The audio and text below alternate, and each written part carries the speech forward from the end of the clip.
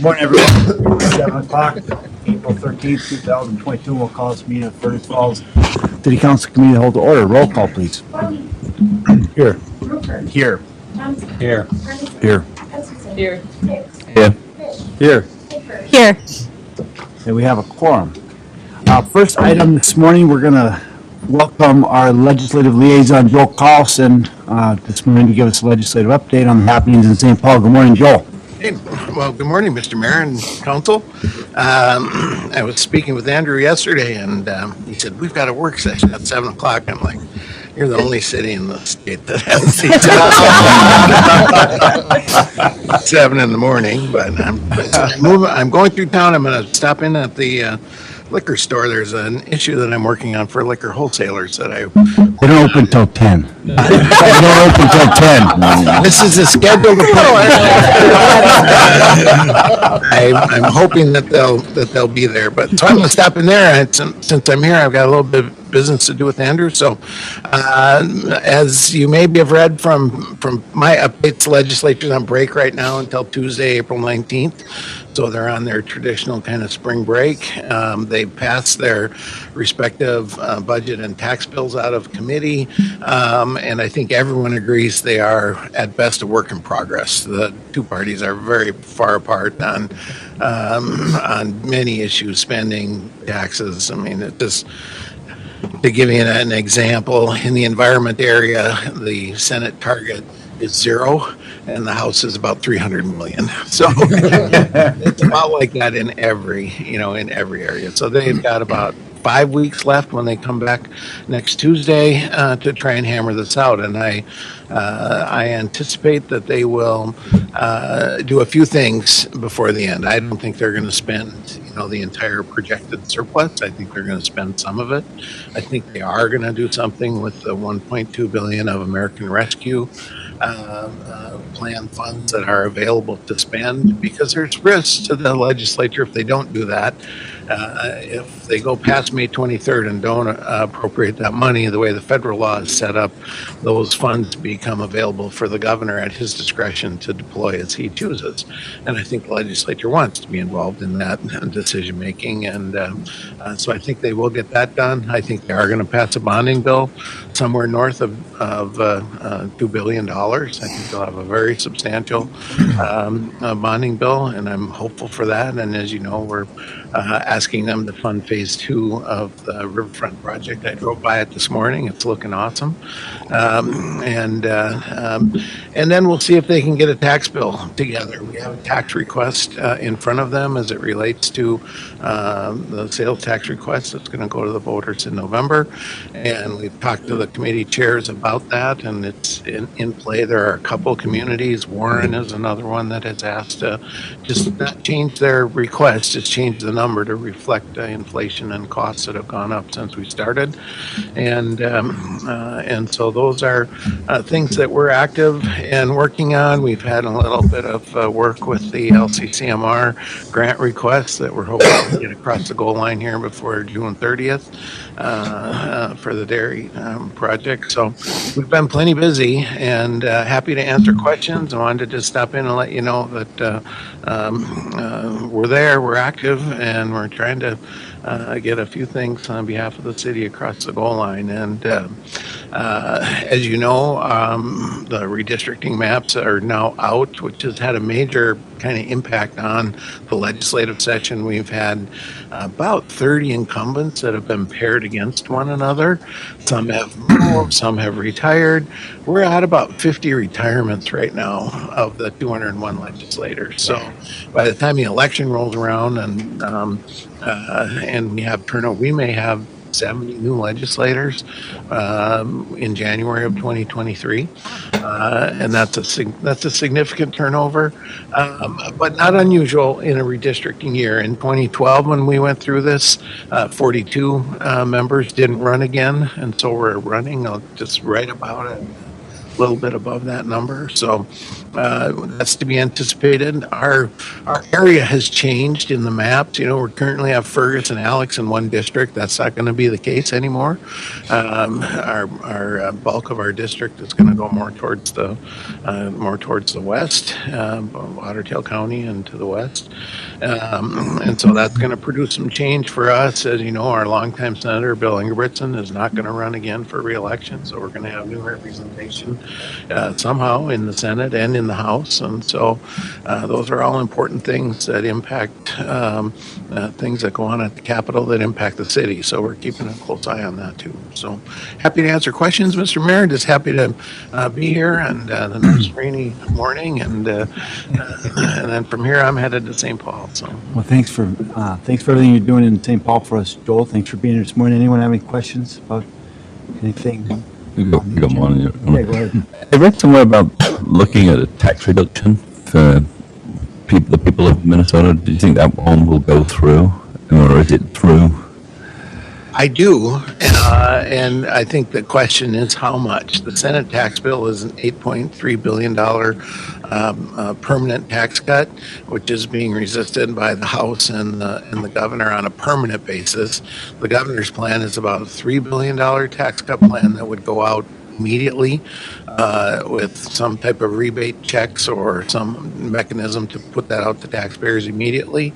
And so that's the governor's plan, and the House is about 1.8 billion of tax cuts in different areas. So I think they are going to make some permanent structural changes to the tax code. We can't, it's just not it's not good management to have that much continual over taxation. I mean, I'm not saying that in a pejorative way. It's just they're collecting too much. You shouldn't be running $9.2 and $9.3 billion surpluses, and that's projected in into 2025. So they do have some room to make some changes. What's going on is a little bit of election factoring, which is, should I wait until January of 2023 and make decisions with maybe a new governor, maybe a new House or a new Senate? And so the hesitancy to maybe do too much change in May of 2022 is partly reflective of an election coming up in about 5 months. So. Well, we always appreciate your insights. I think there is. Well, happy to be here, and Andrew, I will see you a little bit later on in the morning, and please email or call. I hope you guys are getting updates from me, or you should be on a kind of weekly basis, and so I'll keep you informed, and let's make sure. I mean, our number one goal here is to get a bonding bill done.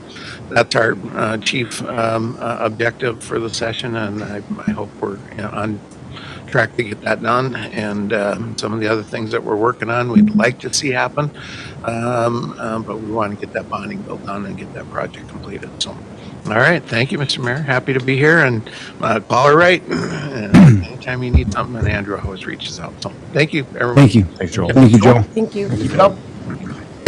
All right, next item is a discussion on Planning Commission recommendation of transitional housing use, and we'll call on our community planner, Karen Flom. Good morning, Karen. Good morning. Thank you, Your Honor, and good morning to council members.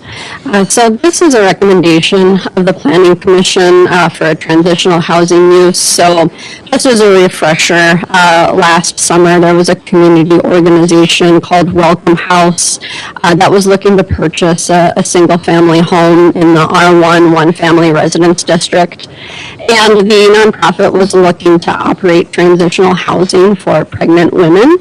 But the issue with the zoning code that they ran into was that they were proposing to have more than 5 unrelated people living together in a dwelling. And so they came to the Planning Commission, to discuss what their proposed use was. The Planning Commission, a couple of times at monthly meetings, looked at some suggested code revisions, and finally decided that it would be best to maybe take those conversations into a smaller setting like a subcommittee, and also approached the city council to form a joint subcommittee. So the subcommittee was made up of 2 members of city council, member Scott Kwame attended those meetings, and then 2 members of the planning commission who were Jeff Stanislawski, who was the previous chair of the planning commission, and Kelsey McIntosh Ellig, who is now the vice chair of the planning commission. So that subcommittee, through a couple of meetings in January 2022, came up with the wording that's in the packet. And then the Planning Commission made a couple of tweaks at its public hearing March 28th. So the version that you have essentially comes from that subcommittee, as tweaked a little bit by the Planning Commission. So just broadly speaking, we have the text pulled up on the screen as well, and it was included in the packet. So the transitional housing would affect 3 sections of the zoning code. So the first would just be adding a definition. What is it? So it's a residential facility that is operated by specific types of organizations. So it's, not just anyone can call themselves transitional housing.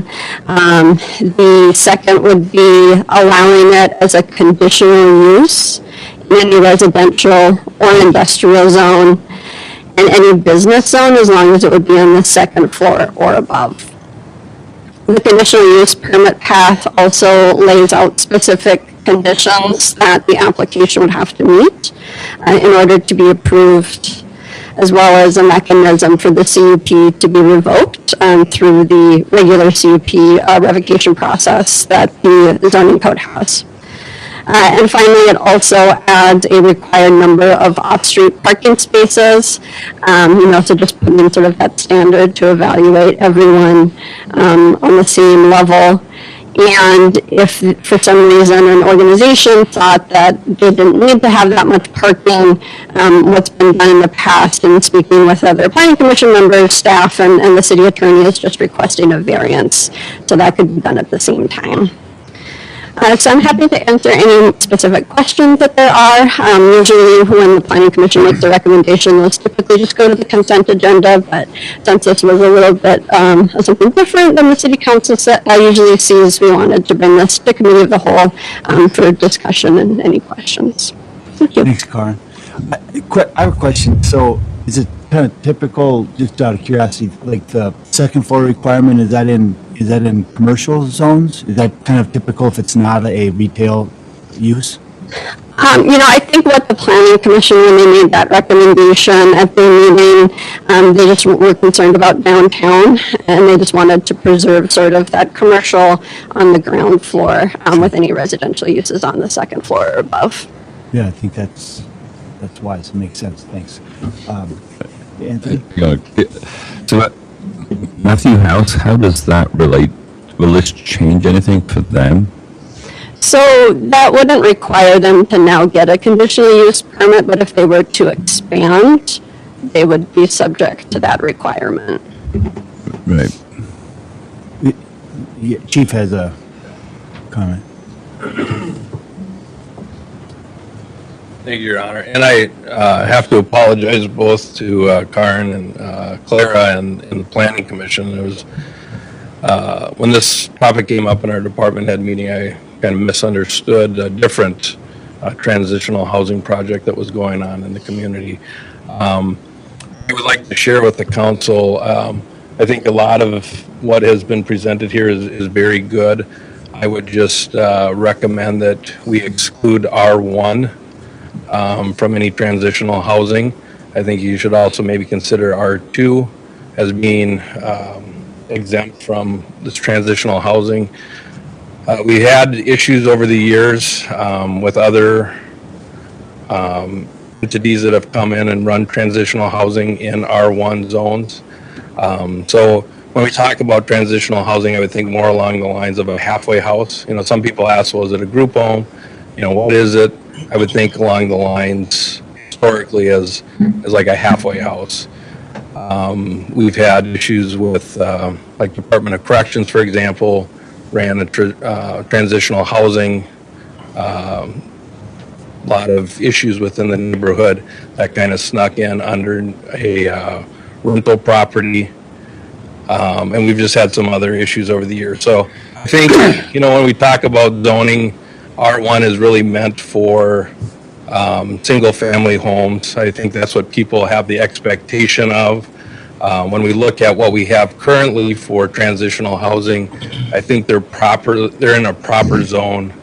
I think one is maybe in an R4 zone, and the other one, I'm not exactly sure what zone it's in, but it's bordering a residential and a business zone. So I think those fit within the proper zone. So again, I wish I maybe would have brought this up to the subcommittee earlier, so it doesn't look like we're kind of disconnected with our presentation. But like I said, I would strongly encourage you to, if you adopt these things, which I think there's a lot of good points, is that maybe we exempt R1 and R2 from transitional housing. So Thanks, Chief, for the input. I think it's important to have your input. Question, Chief, when you mentioned the halfway house versus a group home, were you saying like a group home would still, because I think there's a number of group homes. this doesn't apply to group homes. Okay. So this, like I said, would apply to, like I would say, a halfway house. Sure. And each halfway house is different. Some, I've served on the board of one. There's staff on site 24/7. There's programming that goes on there. We have others where I think under this proposal, you wouldn't necessarily have someone on site. You could just have multiple people living in transitional housing and not have staff on site. And Sure. I think that's a concern for me too. I look at just, a couple examples that we've had where you do have staff on site. We probably have less calls for service at those facilities versus those that are run where people are just allowed to live there and there's no, real structure and supervision. So again, I just be mindful of some of the issues that we've had, and I'm looking back probably 20 years Sure. of issues that we've had. But like I said, I'm very supportive of what was brought up here. I just think we should look at excluding R1, and like I said, I think it's up to you if you want to exclude R2 as well. But So I think to me, it would be reasonable to incorporate the suggestions of the chief and law enforcement into a some amended changes to the code for Monday night's consideration. Does that make sense? So you guys want to make the decision now if you want to exclude R1 and R2? So, Chief, the exclusion you're proposing, would this affect the request from Welcome House? I think that they have pulled out of their. Okay, I don't know, and I guess part of my thing too is, we have, and I get sometimes we get pushback from the city that we're not easy to deal with, but we have zoning rules for a reason. Mm-hmm. And when you buy a property and it doesn't fit with the zoning, I don't know if you can really come back and blame the city for, it's us that's causing the problem. I think most people that are a developer or a professional developer would know that, well, this is what our project is. This is the scope of our project, and we have to find the right property that would allow this type of activity. So I guess I don't know where they're at, but again, I think you have to be careful. Like, we're making policy here, and you can't look at the specific type of organization, because the next organization that comes through and wants to do this, might not be as amenable to the residents in the area. Sure, So I think we have to be mindful of that as well. sure. So, Chief, the halfway house on Union, they have staff there. correct. Yes, and I've sat on that board for a number of years, and yes. Also. So, Yeah. yep. And again, we have 24-hour staffing, and again, probably not as many issues as. And if they don't go by the rules, they're out of the Yep. house. Yep. So, So and again, zone, it's kind of in that it's close. zone where we're starting to mix business with residential, so. Thanks, Chief. Clara? Will council consider sending this back to the planning commission to Yeah. do some of that work with law enforcement before it comes back before council again? I think that, I think that'd be it's a great. good idea. someone like to make that motion? I'll make that motion. I'll second. Thanks, Got Scott. another comment. And yeah, Scott, you're working on this too, right? So, Right, and just to, I don't know, give a little bit of how it might have come to be what we've got in front of us. 2 points. One is any application that would be looking for this, that would fall into this category was going to be required to go through the CUP process, at which time any number of conditions could be added or changed through that process. So if that meant a specific use for a halfway house got excluded in the course of that CUP, that could happen. So the verbiage here, the wording, was kind of open to allow for the CUP to really be modeled or molded to fit whatever that specific request was or not, and how that would fit in that specific application, that specific neighborhood, that kind of thing. The second thing was that what was behind this from the beginning was a specific request from the Welcome House. And so we were thinking more along the lines of that type of a use and how to make it work well for that and other things, but that was the direction we were headed. And so the thoughts about halfway houses and what other issues might have come up that way wasn't necessarily top of mind. So it wasn't that we weren't looking for it, we weren't looking for some of those things, or else we probably would have even invited the chief to come and, give us his input, and I guess we overlooked that. yeah, no, we'll get it, no doubt about it. First send it back to the planning commission and I do got everyone's input and, one comment. yeah, go ahead. And I agree with Chief on this one. I mean, I talked to Andrew earlier about some questions. And my problem is, I mean, I've got several streets in my ward where even like Oriole Circle, we got 2 or 3 group homes in there. And they're packing these, I mean, and then we passed something several years back allowing conditional use permits for people to start businesses in residential neighborhoods. And when people buy a house in a residential neighborhood, they buy that for a reason. Now, all of a sudden, we're allowing all the group homes, we're allowing all the businesses to start in there.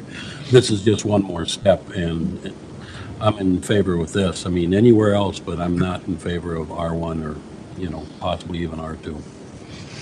Thanks, Brent. And Scott, thanks for the work on the group put together. So there's a motion to send this back to the planning commission. All in favor of that motion, say aye. Aye. Opposed, same sign. That motion carries.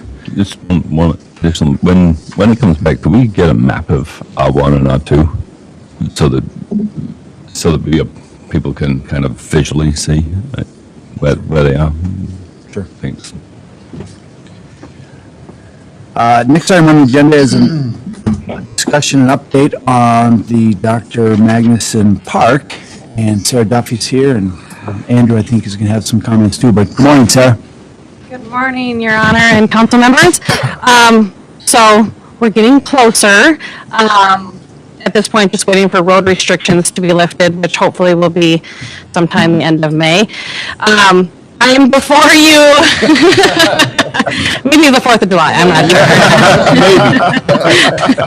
So I'm in front of you this morning.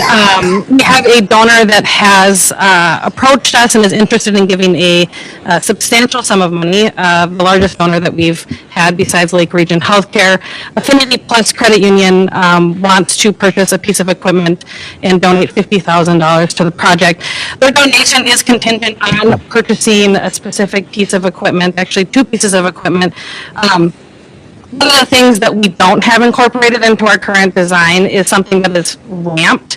And I've learned a lot about children with disabilities through this process of planning and designing this park. And one of the things that I learned maybe after our design and talking with parents of children with disabilities is not all children can be transferred out of their wheelchair onto a piece of equipment. Some people are wheelchair bound, and obviously that is probably apparent to some. But when I was planning, all of the equipment that we have in the playground is ADA accessible, and all of it has the ability for a child to be transferred onto. But we don't have anything that is ramped that would allow a wheelchair bound individual to go go on or engage with. We do have some musical instruments and things like that they'd be able to engage with, but not something that they can actually physically go on and play. So Affinity Plus would like to purchase what's called a sway fun. It's a ramped, it kind of sways back and forth like a boat. And then they would also like to purchase a communication board, which is a board with images on it that allows a nonverbal autistic child to communicate. So those are the two things. The estimated cost for the actual equipment plus installation is about $40,000, which leaves an additional $10,000 to go into the project and towards the remaining amount that we have to raise. And I should have, yesterday snuck up on me, I should have reached out to Bill to ask for an updated amount of how much we have, but I printed it out. I think based upon my calculations, I think we did receive $30,000 from Lake Region Healthcare. We're still waiting on one pledge of $5,000 to come in from them. So I think with the Affinity Plus 10,000, we're probably about $30,000 to $40,000 from our goal. Yeah, because we'd be at like 325,000 of external donations, and then we've committed 200,000 from the liquor store. So then that brings us up to 525, then where we're at. So about 50,000 until and you probably have other pledges that, this is cash receipts, so. Yep. Yep, and we have other donors and grant requests out there. I'm not concerned about making a fundraising goal, but I am aware that, asking the council's authority to enter into and buy additional equipment before we finished our fundraising pledge is an issue, but at the same time, this 50,000 donation from Affinity Plus is, like I said before, contingent on buying this specific piece of equipment. And so we have money there from them, an additional $10,000 to go into the project. So, on that basis, I would ask that you would allow us to purchase the additional equipment. But I'm open to any questions you may have. Thanks, Sarah. Yeah. I would move to approve that. Thank you, I would Tom. second. There's a motion and a second to bring it to the council on Monday night. Anyone have questions for Sarah? I'll just say thank you for all your hard work. Yeah, thanks for the hard work, Sarah. It's an exciting project. A lot of people are going to have access to equipment that they haven't had in the past, so thank you. Yeah. For all the work you've done and all the donors. All in favor of moving this to the council on Monday night, say aye. Aye. Pose same sign. The motion carries. Perfect. Thanks, Sarah. Thank you. Next item is a discussion on the RTC photography request, and we'll call on city. I'm gonna back you up just 1 second, Your Honor. Oh, sorry. Council members, the second part of the MP Park or Dr. Allen Magnuson Park project this morning is to award a concrete quote to Scarrett Concrete in the amount of $39,330. We did solicit 2 quotes for this work. This was the low quote, and Scarrett is prepared to begin as soon as road restrictions are lifted, as Sarah mentioned. That's kind of the next step here to keep things moving along. Bill just highlighted the money that we have available within the fund, and we feel like we're able to move forward with awarding this quote to Scarrett Concrete for $39,330. I would offer that, Your Honor. Thanks, Jim. I'll second. Thanks, Krista.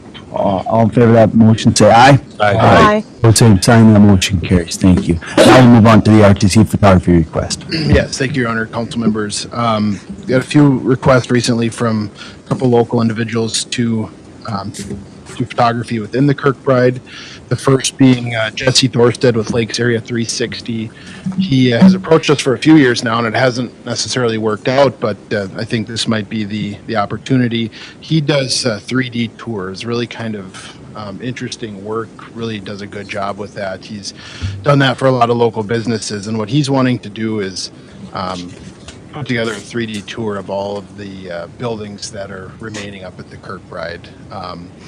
That would be at no charge to the city. We'd be able to provide that for public use or consumption, so they are able to see what the building looks like inside and feel like they're inside the building. And I think that's a really good alternative to actually having people in the building itself. So that I think is a great opportunity.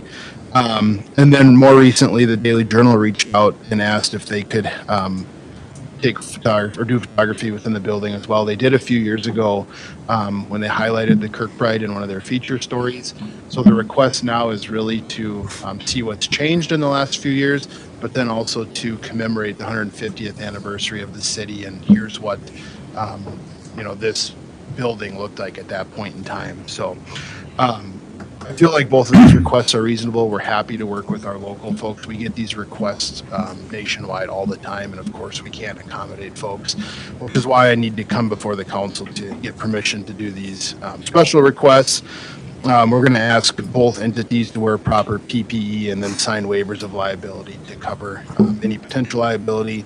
We will have staff coordinating and assisting both of those groups, so I've asked them to try to find a date that works for both of them so we can do it all at once and coordinate that together and minimize the resources that the city has to put into this. So that's really the request. I'm looking for a motion allowing us to work with these two and coordinate this, and then if it moves forward, you'll obviously see the fruits of those labors through the Daily Journal, but then also with the 3D tour imagery that we'll be able to share with everybody. So, Thanks, Andrew. Your Honor, just one question. Will obviously the photographs be, can the city get a copy of them that they can distribute, without kind of, any copyright type things? I think, if we're going to allow them in there and photograph it, I would like the city to kind of have the right to distribute those photographs to anybody that comes along and wants a set in the future, as opposed to them, controlling it, and then when somebody else comes along and wants photographs, we have a library of photographs that we can say, here's a set of photographs. I think you could make that a condition of granting access, and then we would have them sign the release for those rights. Obviously, the only use we would have for them would be, potential developer, somebody interested in the building, say, here's what it looks like, kind of thing. But the 3D tour itself, I would hope that we could, have a link right to the city's website that everybody would be able to click through or whatever that looks like. But that's a condition that the council could impose if they want to. I would make the motion including the condition that we have the rights to use the photography. Sounds good. I'll second it. A second. Any further discussion? All in favor of that motion, say aye. Aye. Opposed, same sign. Motion carries. Thank you, Andrew. This item is a annual YMCA Lifeguard agreement at Pebble Lake, and we'll call on Guy Taylor. Good morning, Guy. Good morning. Thank you, Your Honor. We appreciate the partnership we've had with the YMCA for the last many years to provide lifeguarding services for the city at Pebble Beach.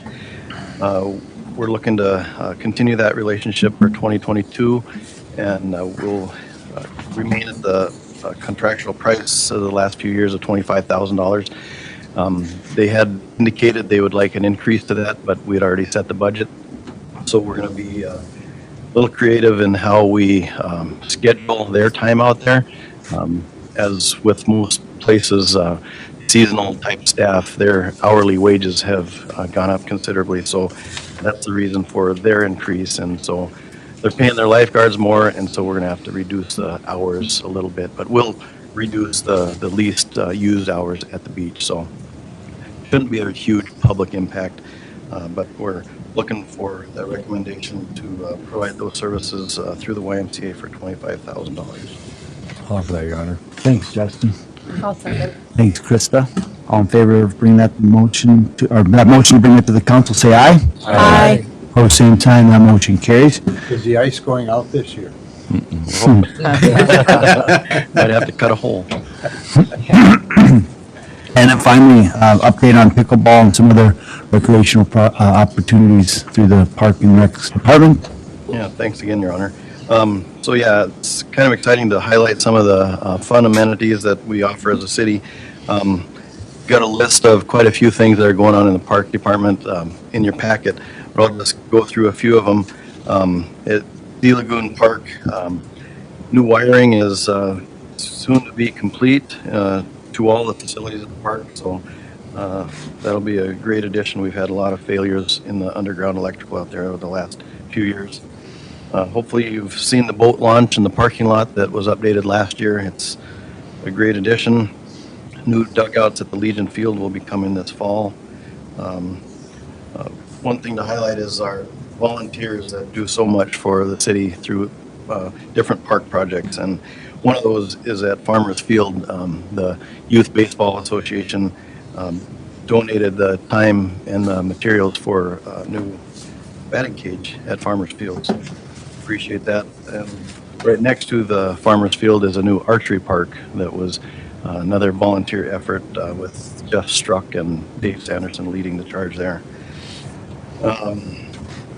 As we mentioned, just the last business item, the lifeguards at the beach. A few new dock sections will be looked at for additions to that swimming area. Pickleball has been a topic of conversation for the last couple years, and where we're at now is we're going to convert 2 tennis courts at Athletic Park to be 6 pickleball courts. So with that, we've got to do some groundwork and extend the playing surface to the north like 7 feet.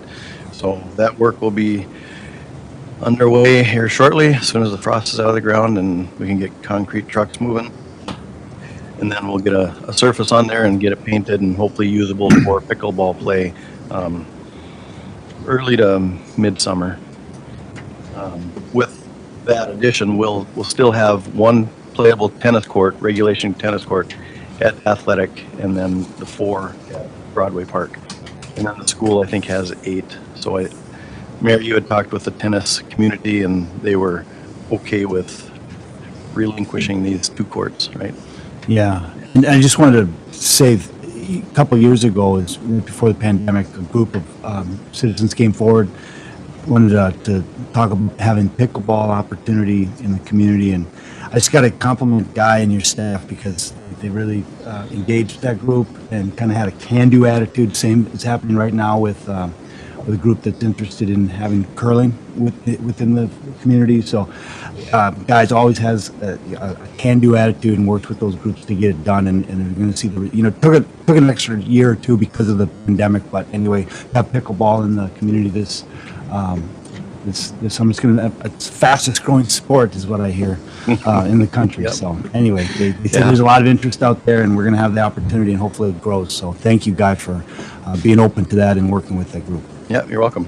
A few more The items, if I may. snowbirds, a lot of the snowbirds are Yeah, playing right. pickleball Yep. down south. Yep. Want to play when they come back. Right. So you mentioned curling, so that's right at the forefront. We actually talked about it at the park board meeting on Monday, and we didn't have a quorum there to actually bring a recommendation to the council, but we are hoping to move forward with that and have an actual league formed and equipment purchased and everything for curling at the arena this fall. Clara's going to be putting out a poll, gauging interest and equipment that residents may have already on hand. So we're moving in that direction.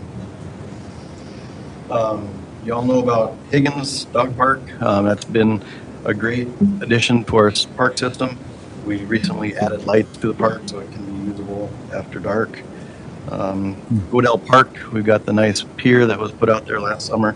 We'll have a path and a parking lot built early this season there.